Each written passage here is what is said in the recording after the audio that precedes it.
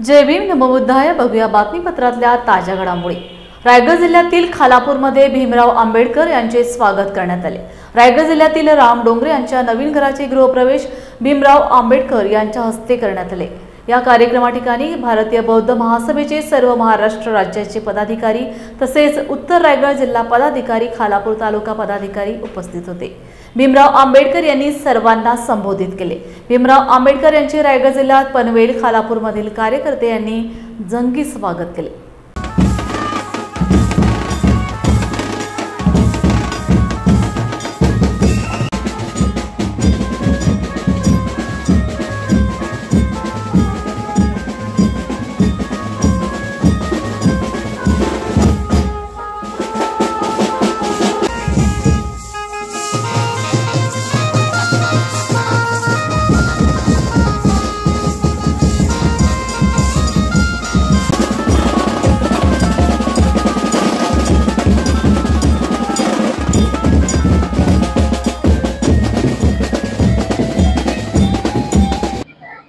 जगामध्ये फक्त भगवान गौतम बुद्धाचेच होते।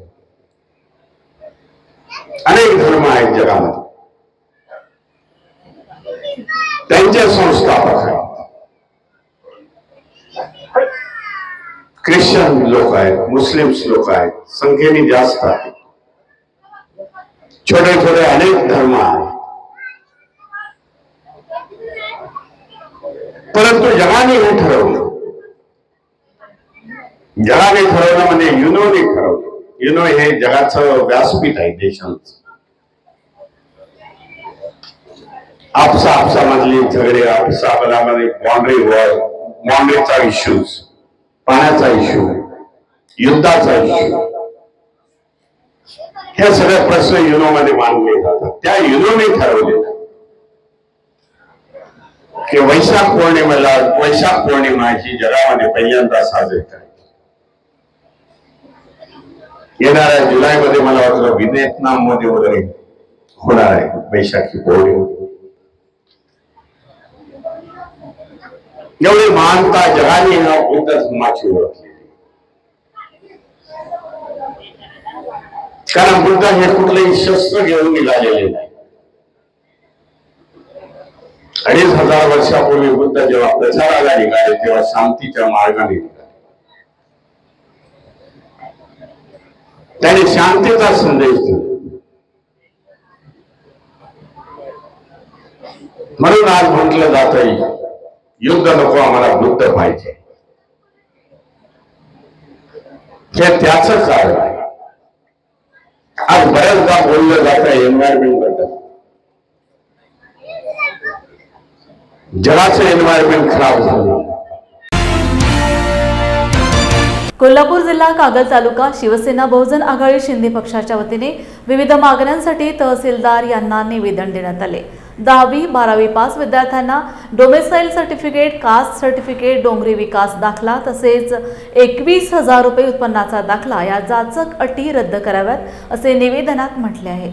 यावेळी समाजभूषण डॉ. अनिल सिद्धेश्वर, यशवंत कांबळे, सर्जेराव अवघडे, गिरीमोहन जिरगे उपस्थित होते। नीट अशा या सगळ्या विद्यार्थ्यांच्या मध्ये एवढंच नाही तर संजय गांधी निराधार, पुरवठा विभाग, मोजणी विभाग आणि असे तहसील आणि या महसूल विभागामध्ये काही हे विभाग येतात। या विभागामध्ये सातत्यानं दिरंगाई होत आहे आणि या दिरंगाईबद्दल आम्ही तहसीलदार साहेब आणि सर्व स्टाफचा लक्ष वेधण्यासाठी आज आम्ही निवेदन देत आहे। निवेदनामध्ये आम्ही अशा पद्धतीनं म्हटलेलं आहे की जो संजय गांधी निराधार योजनेच्या श्रावणबाळ असेल, संजय गांधी निराधार असेल, परितक्त्या असेल तर त्यांना 21,000चा उत्पन्नाचा दाखला द्यावा अशा पद्धतीचं अट घातलेली आहे। खऱ्या अर्थानं मजुराला सुद्धा 200 रुपये हजेरी आणि वार्षिक उत्पन्न जर बघितलं तर जवळजवळ म्हणजे 50 ते 60,000 पर्यंत, आणि मग 21,000चा दाखला द्यायचा कसा अशा पद्धतीनं थोडंसं आम्ही सार्वजनिक आणि सामाजिक क्षेत्रामध्ये आढावा घेतल्यानंतर आपल्याला वाटतं आहे तर हा शासनानं आपल्याला 1 लाखापर्यंतची उत्पन्नाची दाखल्याची मुभा द्यावी आणि 21,000चा जो जाचक अटीचा जो नियम आहे, अटी आहे, तो शिथिल करून या लाभार्थ्यांना त्याचा लाभ मिळावा। खऱ्या अर्थानं अशा पद्धतीचं आम्ही निवेदन देणार आहोत आणि निवेदन देत असताना मला माहीत आहे की तहसील कार्यालयामध्ये स्टाफ कमी असेल, झिरो पेंडिंग फाईल्स असतील किंवा अन्य कारणास्तव सरोवरचा नकळत प्रॉब्लेम असेल तरीसुद्धा त्याच्यावर उपाययोजना करून आपण या सगळ्या गोष्टीचं आम्ही जो निवेदन देणार आहे त्याने मार्गी लावावी अशाच पद्धतीनं मी सर्वांना च्या वतीनं तहसील कार्यालयातल्या सर्व स्टाफना मी धन्यवाद देतो आणि त्याच पद्धतीने त्यांनी मार्गी लागावी अशा पद्धतीनं नकळत विनंती करतो। आणि मला आशा वाटते की तहसीलदार साहेब आणि सर्व त्यांचा स्टाफ या निवेदनाची दखल घेऊन त्याच्या पूर्ततेसाठी जे सर्वसामान्य खेडेगावातून येणाऱ्या पालकांना आणि त्या विद्यार्थ्यांना दिलासा मिळेल अशाच पद्धतीचा आशा व्यक्त करतो आणि इथंच थांबतो। मुंब्रा येथे 9 जून 2025 रोजी झालेल्या रेल्वे अपघातात काही प्रवासी मृत्युमुखी पडले तर काही जण गंभीर जखमी झाले आहेत। या घटनेनंतर महाराष्ट्र रेल्वे प्रवासी महासंघाने रेल्वे प्रशासनाविरोधात संताप व्यक्त केला आहे। महासंघाचे अध्यक्ष अभिजित हरिश्चंद्र धुरत यांनी याबाबत रेल्वे प्रशासनाला एक तक्रार पत्र दिले आहे। त्यांनी प्रशासनाच्या हलगर्जीपणामुळे जीवितहानी झाल्याचा आरोप करत जबाबदार अधिकाऱ्यांवर BNS कलम 105, 106 आणि 125 अंतर्गत गुन्हे दाखल करण्याची मागणी केली आहे। रेल्वे मंत्री यांनी नैतिक जबाबदारी स्वीकारून राजीनामा द्यावा असेही ते म्हणाले। MUTP अंतर्गत झालेल्या प्रकल्पांचे संपूर्ण खुलासे करण्याची गरज त्यांनी अधोरेखित केली। लोकल मार्गावर मेल व एक्सप्रेस गाड्यांचे अतिक्रमण रोखावे अशी मागणी करण्यात आली आहे। AC लोकल सेवा सतत रद्द झाल्यामुळे प्रवाशांचे हाल सुरू असून यासाठी प्रशासनाला दोषी धरले पाहिजे असेही ते म्हणाले। प्रवाशांच्या सोयीसाठी मेट्रोप्रमाणे स्वयंचलित तिकीट प्रणाली सुरू करावी अशी ठाम भूमिका महासंघाने घेतली आहे। या प्रकरणी लवकरात लवकर कठोर निर्णय घेतले नाहीत तर पुढील आंदोलनाचा इशाराही महासंघाने दिला आहे। माझं नाव अभिजित धुरत, महाराष्ट्र रेल्वे प्रवासी महासंघाचा अध्यक्ष आणि JRUCC मेंबर सेंट्रल। आजची जी कालची जी घटना घडली मुंब्रा रेल्वे लोकल दुर्घटना, याच्यामध्ये जवळजवळ 6 लोकांचा जीव गेलेला आहे, 9 लोक जवळपास त्याच्यामध्ये जखमी आहेत। तर आम्ही कालपासूनचे पाठपुरावा म्हणजे अगोदर देखील पाठपुरावा करतो रेल्वे प्रशासनाला की जी सुरक्षा आहे ती मी गेली 25 वर्ष रेल्वे सुरक्षा अभियान करणारा मी स्वतः आहे आणि मी सारखं पाठपुरावा करून आम्ही सांगत आहोत की बाबा ज्या काय घटना आहेत म्हणजे रेल्वेचे जे इमर्जन्सीचे काही पॉईंट आहेत ज्या ठिकाणी घटना घडू शकते त्या घटनेचा आम्ही पाठपुरावा मागच्या कितीतरी वेळा केली, पण मागची तर DRM बोलो GM बोलो हे आम्हाला कधी मिटिंग घेतच नाही प्रवासी संघटनेला। आम्ही बोललो की प्रत्येक महिन्याला एक मिटिंग व्हायला पाहिजे, ते त्याच्याकडे दुर्लक्ष करतात आणि हे जो विषय एवढा गंभीर बनलेला आहे की रेल्वे ही जी आपली लाईफलाईन आहे ही डेडलाईन झालेली आहे आणि जवळजवळ तुम्हाला तर माहीत असेल की जेवढे सैन्यामध्ये आत्तापर्यंत लोक मेली नाहीत त्या 20 वर्षामध्ये 50,000पेक्षा जास्ती जे या ठिकाणी आपल्या रेल्वेमध्ये दुर्घटनेमध्ये रेल्वे प्रवासी मेलेले आहेत। त्याला जबाबदार कोण आहे? त्यांना आम्ही आता विचारलं सरांना की बाबा ह्याच्यामध्ये तुम्ही माहिती घेतली का तुम्ही, तर त्यांच्याकडे आतापर्यंत कुठलीच माहिती नाही आहे की त्यांना अजून का हे घटना का घडली, कशी ते ट्रेन तिकडे हे झाली, किती स्लॅग झाली, तो बॅग लागली की काय माणसं कशी पडली, त्याचा कुठलाही प्रकारचा ह्याच्याकडे आतापर्यंत रिपोर्ट नाही, अपडेट नाही। आणि हा जो अपडेट आहे आता ह्याच्या पुढे कधी करणार आहेत आणि कितीतरी प्रकल्प रखडलेले आहेत। आता तुम्ही बाकीचे बुलेट ट्रेनचं करताय, तुम्ही परत तिकडे वेगवेगळे एक्सप्रेस वे, आता मागचे 2 टेंडर तर कॅन्सल झालेले आहेत। म्हणजे जे महत्त्वाचं जिथे जवळजवळ 1 करोडपेक्षा जास्ती रेल्वे प्रवासी प्रवास करतात त्याला कुठलीही सुविधा नाही। आम्ही पीक आवरला तर एवढी परिस्थिती बिकट आहे की विचारून सोय नाही आणि याच्यामध्ये आम्ही पण प्रवास करणार आहे, आम्ही प्रवास करणार आहे आणि त्यामध्ये मीडिया देखील तुम्ही देखील प्रवासच करता त्यामध्ये तुम्हाला देखील त्रास होतो पीक आवरमध्ये। आज तुम्ही दक्षिण ते उत्तर हे प्रवास आपला सकाळी पीक आवर चालतो, त्याला जबाबदार कोण आहे? आता ही घटना घडली म्हणून तुम्हाला माहीत पडलं, नाही तर दररोज 9 ते 10 लोक हे रेल्वे प्रवासामध्ये मृत्युमुखी पडतात।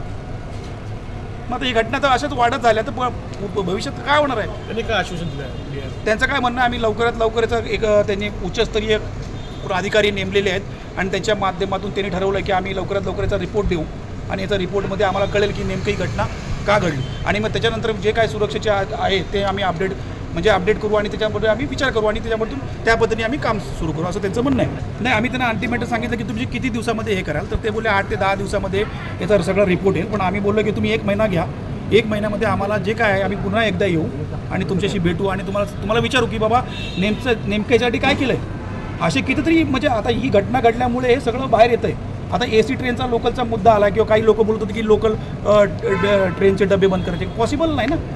आता AC मुळे जवळजवळ आता मी माझं कॅल्क्युलेशनप्रमाणे जवळजवळ 5% लोक पण AC तून प्रवास करत नाही आणि त्याची भीड पुढच्या पाठच्या ट्रेनची एवढी प्रवासी वाढतात, मग ती गर्दी वाढते. मग आता ह्याच्या रेल्वेचा आता आपण एक चांगल्या लोकांना सेवा देतो आणि त्याच्यामध्ये AC ची सेवा आहे. आता ही पाहिले गेले तर सगळे अर्धे त्यातले कामगारच असतात, रेल्वेचे अधिकारी लोक प्रवास करतात. मग ही चालणार कोणाला आहे? गोरगरीब माणूस जगणार कसा याच्यामध्ये? आणि जो आपला पोटा पाण्यासाठी सकाळी घरातून निघतो त्याची तर परिस्थिती फार बिकट आहे. त्याची घरी यायची गॅरंटी नाही आहे. मग याला जबाबदार कोण आहे? तुम्ही 5 लाख रुपये देणार, 10 लाख रुपये देणार, तुम्ही असं काय विकत तर घेतलेलं नाही ना लोकांना. आणि जीव जात आहे त्याच्यामध्ये, लोकांचे जीव जातात, हे फार महत्त्वाचं आहे. ही दुर्दशा आहे आपल्या देशाची. म्हणजे तक्रार देऊन सुद्धा त्याच्यावर कारवाई होत नाही. ते योग्य वेळेला जर कारवाई झाली असती तर ही परिस्थितीच निर्माण नसती झाली. म्हणजे जाणून बुजून करतायत तेही आम्हाला काही कळत नाही. म्हणजे कसं आहे, प्रत्येक वेळेला हे अशा दुर्घटना घडतात, आपण सगळे कॅमेऱ्याच्या समोर येतो, पुढारी लोक येतात, न्यूज देतात, तर 2 दिवस तसंच राहतं, परत तिसऱ्या दिवशी सगळे विसरतात. हा विषय मीडियावाल्यांनी धरून राहिला पाहिजे. बाबा 8 दिवसांनी सांगितलं होतं, तो रिपोर्ट येणार होता, अहवाल सबमिट करणार होते, मग काय झालं? त्याच्याकडे कोणाचंही लक्ष जात नाही, दुर्लक्ष होतं. ही फार दुर्दैवी गोष्ट आहे, आपल्या दुर्दैवी गोष्ट आहे. हे का घडलं याच्यासाठी तुम्ही समिती नेमण्यापेक्षा त्याच्यात काय करता येईल आणि पुढे घडणार नाही ह्याचा विचार केला पाहिजे. त्याच्यासाठी आपण प्रयत्न केले पाहिजे. तुम्ही काय आम्ही काय रोज आपण जीव मुठीत घेऊनच घरातून बाहेर पडतो, पण त्याच्यासाठी तुम्ही काय करणार आहात ते विचारा. काय झालं, कसं झालं, तो राहू देत, आता पुढे काय करणार ते विचारा. आणि ते नसेल करत तर तुम्ही राजीनामा द्या. म्हणजे तुम्ही कॅपेबल नाही आहात त्या पदासाठी. तर तुम्हाला पुढे काय करणार आहे हेही सांगता येत नाही. त्याच्यासाठी तुम्हाला विचार करावा लागत असेल म्हणजे तुम्ही त्या पदासाठी कॅपेबल नाही आहात माझ्या दृष्टीने.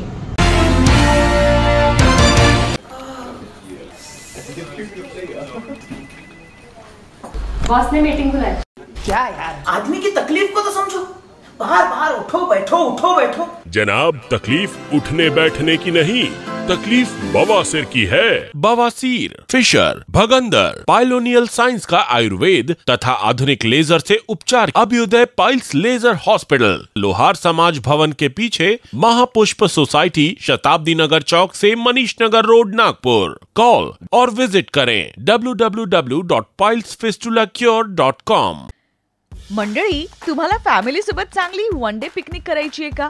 मग आजच भेट द्या सातपुड्याच्या पर्वत रांगेत कोल्हार प्रकल्पाच्या पायथ्याशी निसर्गाच्या कुशीत वसलेलं श्याम लीला टुरिझम अँड रिसॉर्टला।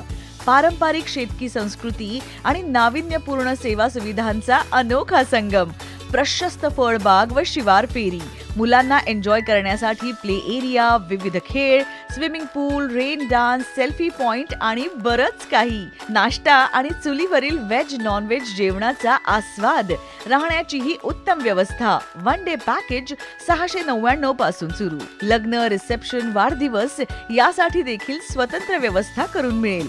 अल्पावधीतच लोकप्रिय झालेले कृषी पर्यटन स्थळ Shyam Leela agro tourism and resort. Booking साठी संपर्क मुक्काम तेलंखेडी, नवनाथ आश्रमाजवळ, पांढुर्णा रोड, तालुका सावनेर, जिल्हा नागपूर। मोबाईल 7276366752 किंवा 9021433560। प्रहार संघटनेचे कार्यकर्ते आता चांगलेच आक्रमक झालेले बघायला मिळत आहेत। आज अकोल्यातील अकोटमध्ये कार्यकर्त्यांनी टायर झाडून घोषणाबाजी देत आंदोलन सुरू केले।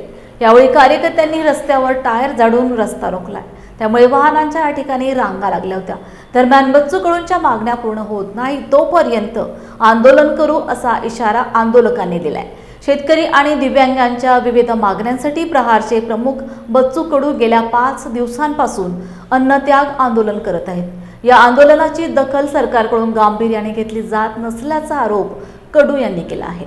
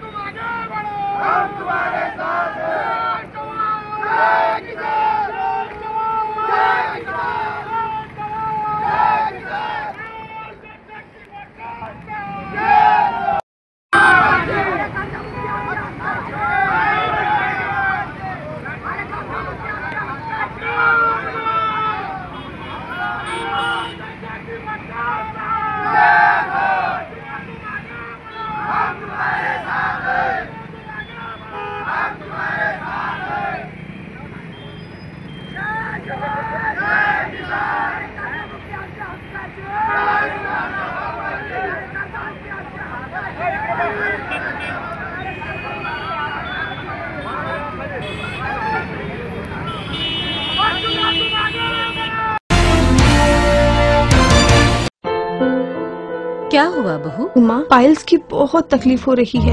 तो तुम गुदरोग सर्जन के पास क्यों नहीं गई?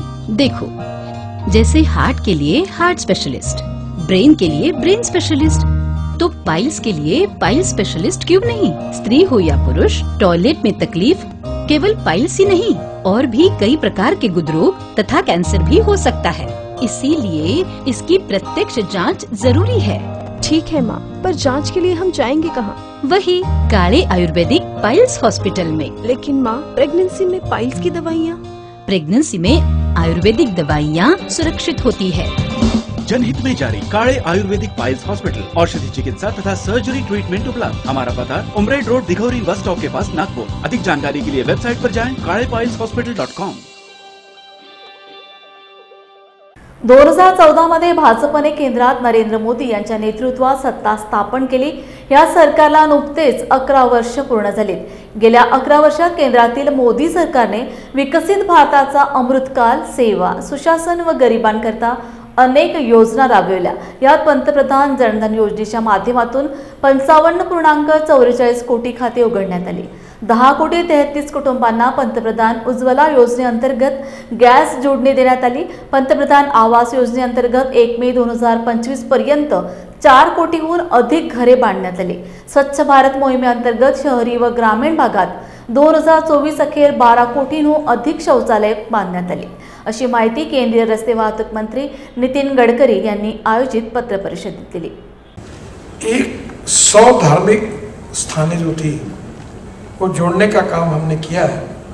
इसमें मैं आपको एक ही उदाहरण दूँ कि बुद्ध सर्किट, जहाँ भगवान गौतम बुद्ध का जन्म हुआ, जहाँ उनको ज्ञान प्राप्त हुआ, जहाँ उनका वास्तव्य था और जहाँ उन्होंने अपने प्राण अर्पित किए, हर जगह पर हमने करीब ऐसी 7-8 डेस्टिनी थी, उसको 22,000 करोड़ रुपए खर्चा करके बुद्ध सर्किट करके योजना पूरी की। और जिसका परिणाम ऐसा हुआ कि पूरे दुनिया भर से जो बौद्ध धर्मीय हैं, विशेष रूप से Indonesia, Malaysia, China, Singapore, Thailand, Japan, इन सब साउथ ईस्ट एशिया में बौद्ध धर्म के काफ़ी बड़े प्रमाण पर वो मानने वाले लोग हैं। वो लाखों की संख्या में, करोड़ों की संख्या में यहाँ दर्शन करने के लिए आए। 34 करोड़ का काम मैंने मंजूर किया है, जल्दी वो शुरू हो जाएगा, वो प्रॉब्लम सॉल्व होगा। और बाकी भी बातें जो आप बता रहे सब जगह। अभी ये जो कमाल टॉकी चौक से ये ताजबाग तक का जो हाईवे अपना पुल बना रहा है, उसका क्वालिटी का देखो काम कितना, विकास की क्वालिटी कैसी है। उसमें पहली बार मलेशिया से आई हुई नई टेक्नोलॉजी यूज की रही है। और कमाल टॉकी चौक पर वहाँ बहुत बड़ा मार्केट तैयार करने के लिए अच्छा, सबको जगह मिलेगी, जितने लोग हैं उनको जगह मिलेगी। और एक इंटरनेशनल लेवल का बहुत बढ़िया मार्केट बनाने के लिए NHAI की तरफ से 60 करोड़ रुपए मैंने महानगर पालिका के उस मार्केट के लिए दिए हैं, उसका भी काम हो रहा है। नागपुर में, मध्य नागपुर में, उत्तर नागपुर में रेलवे क्रॉसिंग के लिए अंडरपास अनेक जगह पर, ये पूर्व नागपुर में कृष्णा खोपड़े जी है।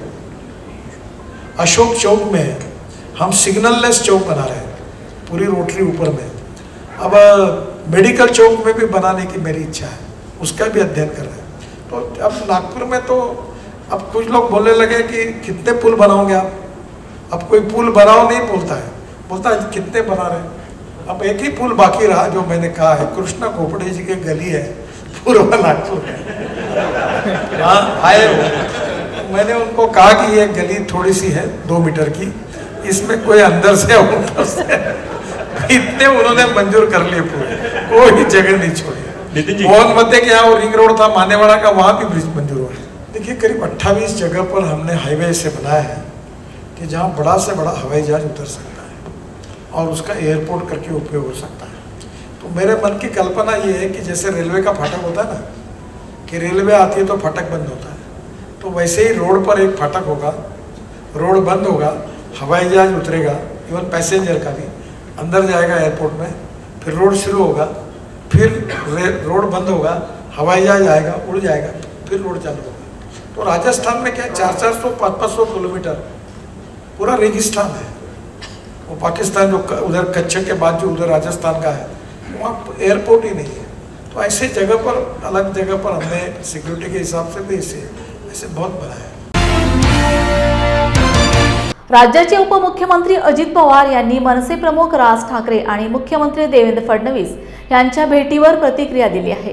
त्यांनी वेगवेगळ्या पक्षाचे नेते एकमेकांना भेटत असतात, ही आपल्या महाराष्ट्राची संस्कृती आहे। देवेंद्र फडणवीस आणि राज ठाकरे यांच्या भेटीमध्ये वेगळा अर्थ काढण्याची गरज नसल्याचं अजित पवार यांनी म्हटलं आहे। माध्यमातून टीआरपी वाढवण्याचा हा प्रयत्न असल्याचा टोलाही त्यांनी माध्यमांना लगावला आहे। तर साखर कारखान्यामध्ये कोणत्याही निवडणुका या राजकीय पक्षाच्या नसतात, यामध्ये सहकार म्हणून एकत्र लढतात, असेही अजित पवार म्हणाले। तर राजू शेट्टी यांनी केलेल्या वक्तव्याला त्यांनी उत्तर दिलं आहे। ते म्हणाले, आपल्याकडे कायदा हातात घेता येत नाही, तुडवा ठोका ही लोकशाहीची पद्धत नाही। बच्चू कडू यांच्या आंदोलनामध्ये चर्चा करून प्रश्न सुटतात। यामध्ये शेतकऱ्यांना कर्जमाफी नाहीच असं नाही, तर योग्य वेळी शेतकऱ्यांना कर्जमाफी मिळेल। अजून टाकलेलं नाहीये। आज 3 वाजता सध्या चित्र स्पष्ट होईल। अनेक लोकांनी अर्ज भरलेले आहेत। मध्ये आमच्या इथे एक छत्रपती कारखान्याची पण निवडणूक झाली, परंतु आम्ही अनेकांनी एकत्र येऊन ती एकोपाने लढवली। शेवटी त्या भागातल्या शेतकऱ्यांना चांगला उसाचा दर मिळावा, चांगली सेवा त्यांना देता यावी, तिथं शेतकऱ्यांचा फायदा व्हावा आणि त्या कार्यक्षेत्राचा सर्वांगीण विकास व्हावा, हीच अपेक्षा, आर्थिक सुबत्ता नांदावी हीच अपेक्षा ऊस उत्पादक शेतकऱ्यांची असते। वेगवेगळे राजकीय नेते, सत्ताधारी पक्षाचे, विरोधी पक्षाचे एकमेकाला भेटत असतात आणि चर्चा करत असतात। ही महाराष्ट्राची संस्कृती आहे, ही महाराष्ट्राची परंपरा आहे। तो आदर्श स्वर्गीय यशवंतराव चव्हाण साहेबांनी आपल्याला सगळ्यांना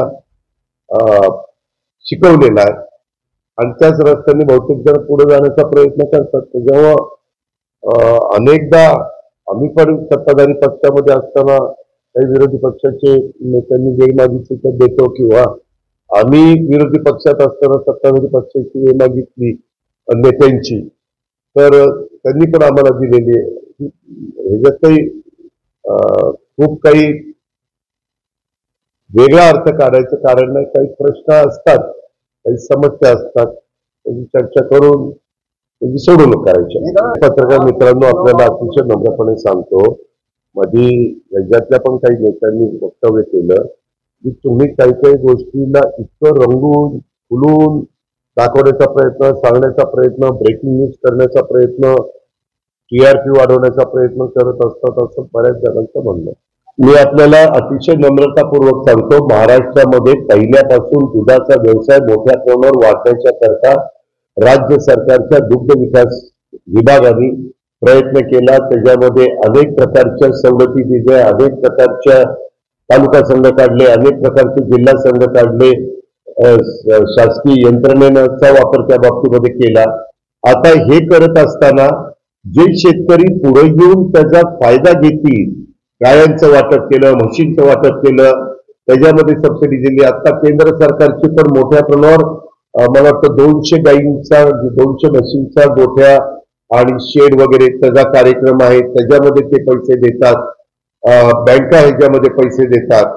आता हे सगळं करत असताना जर त्या स्थानिक लोकांनी त्याच्यामध्ये प्रतिसाद नाही दिला तर आपण काय करायचं, आपण त्यांना समजावून सांगून कार्यक्रम देऊन त्या सगळ्याचा उपलब्धता करून देऊ शकतो। आता आपल्या विदर्भामध्ये, भंडाऱ्यामध्ये दुधाचा व्यवसाय चांगला वाढलाय, आज पश्चिम महाराष्ट्रामध्ये व्यवसाय वाढलाय, आज जळगावमध्ये व्यवसाय वाढलाय, मराठवाड्यामध्ये बीड जिल्ह्यामध्ये व्यवसाय वाढलाय। आता एकदा असं फार पूर्वी आम्ही लहान होतो तेव्हा, परंतु कोकणामध्ये आपल्या सगळ्या पत्रकार मित्रांना माहिती असते, विशेषतः जुन्या, बाळासाहेब सावंत म्हणून एक मोठे नेते होते कोकणाचे। मला आजच्या मीटिंग आढावा घेताना ही गोष्ट लक्षात आणून दिलेली आहे, त्यामध्ये जी काही कमतरता आहे, वैद्यकीय शिक्षण विभाग आणि सार्वजनिक आरोग्य विभाग या सचिवांना बोलवून त्यांना त्याच्यामध्ये ज्या अडचणी येत आहेत त्या दूर करून त्याला जर निधी लागला तर निधी देऊन तिथल्या नागरिकांची सोय कशी तातडीने होईल हा प्रयत्न आम्ही उद्या मुंबईत गेल्यावर करू. त्या संदर्भामध्ये सध्या तरी आम्ही जे काही योजना लाडक्या बहिणींच्या करता आणली 1,500 रुपये महिन्याची ती सध्या आम्ही चालू करतोय. शेवटी आर्थिक परिस्थिती बघून सगळ्या गोष्टी करता येतात, निर्णय घेता येतात. आत्ताच्या घडीला तरी आम्ही ते 1,500 रुपये कुठल्याही परिस्थितीत बंद न करता ज्या खरोखरीच त्या बसणाऱ्या आमच्या लाडक्या बहिणी त्यांना देण्याचं आमचं काम चालू आहे. तशा पद्धतीने आम्ही देतोय. जय भीम इंडियाच्या बातमीपत्रात वेळ झाली इथेच थांबण्याची. पुन्हा भेटूया ताजा घडामोडी घेऊन. जय भीम. आप देख रहे हैं लॉर्ड बुद्धा टीवी.